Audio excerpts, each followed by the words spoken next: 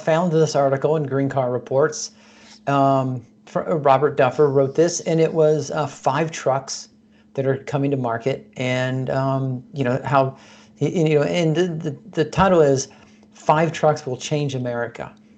Now that sounds, like, oh boy, they're trucks. What do you mean change America? And it might sound a little far-fetched, but I won't say all, but many of my He-Man friends who hear me lecture about electric vehicles and, oh, this is going to be great. They're like, well, I don't want a car. I want a truck. I'll drive my truck. I have to have my truck, and I'm not buying a car. I have a truck, and I need to haul stuff once a year. And well, I need a truck. And when are they going to have an electric truck? It's all they know is trucks. Well, trucks, yeah, dogs, and country music. Top 2 or 3 selling passenger vehicles in the U.S. are all trucks. So yeah, that is where a big chunk of the market is at. So and so I saw this article, and and I realized, as absurd as that sounds, coming to market with an electric truck just might change people's attitudes. And so we went down and we were talking about Rivian, the R1T, which hopefully will be available late 2020 at an expected price of about $69,000.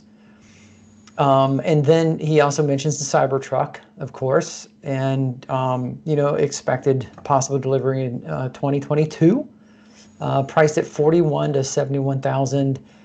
And then have you guys seen the Bollinger B2 prototype? Very cool. Yep. Yeah, it's pretty boxy, right? Very boxy. Cool. It is the it's like an 8-year-old made it with anti-Cybertruck. the Meccano set.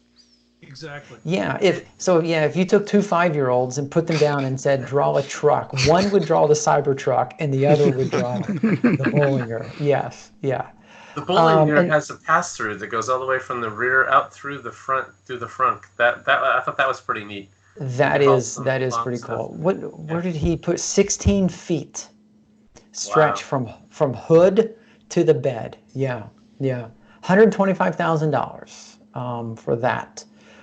He mentions the Ford F-150 electric, and the possibility. It's been kind of touch and go, but we're really expecting Ford to actually hit it with the F-150. And we had mentioned before on the show with their partnering with Rivian, right? Was it Ford partnered with Rivian? Ford. Mm-hmm. So so they might be getting some Rivian technology there to help give them a jump start. And then of course the Chevy Silverado 1500E, which might not be changing much anytime soon. And then rounding out the 5 is, if you guys were watching the Super Bowl, you saw the commercial for the GMC Hummer EV. It was a grill. Yeah. Not a lot of detail there. It had LED lights. Ooh. The hype made it seem like we would see more than just the grill that they'd already showed us when they hyped it up. Right. May 20th.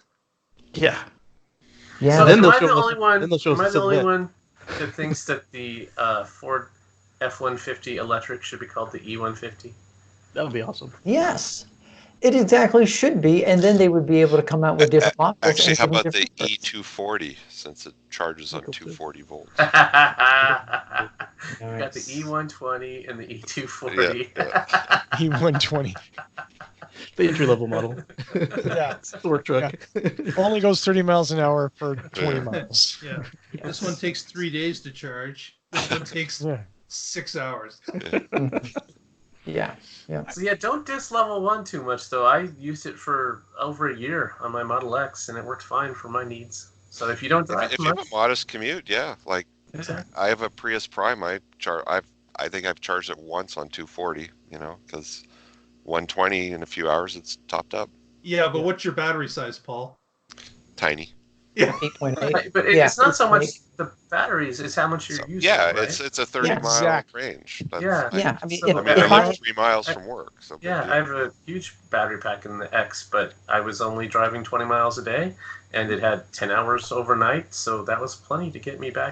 That's what I was going to say. Even if I had a 300-mile Tesla, my commute is still 26 miles both ways.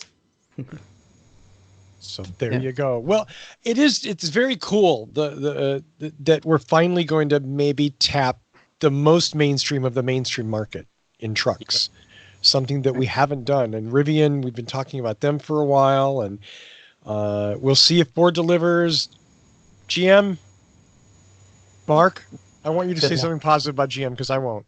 GM's going to they've invested $4.2 billion in a battery plant and redoing Hamtramck to make nothing but EVs. I gotta believe they're going to come out with a range of different vehicles. You can't spend that kind of money without having a plan, and having a huge battery plant and a revamped EV manufacturing area is, I think it speaks highly of them. I think they're going to do it. And they've got some experience. I mean, the Volt and the Bolt are decent cars. So Yes, absolutely. Yeah. And I've said this for years. I'm shocked it's taking so long to bring trucks to market. With that much skateboard room, a truck should be the obvious EV. Right, but with trucks you have the requirement. Well, they're not very aerodynamic. People are going to want to tow and haul. they're Those strong. are all They're beefy, so they're heavy. right. Yes, every one of those makes it a little more challenging, and so the technology has had to advance. Then you end up Okay. with monstrosities that are stressed skin instead of traditional. Yeah, and once you have something heavy, then you have to put in a lot of batteries, and that adds weight, and it's a downward spiral of cost. Right.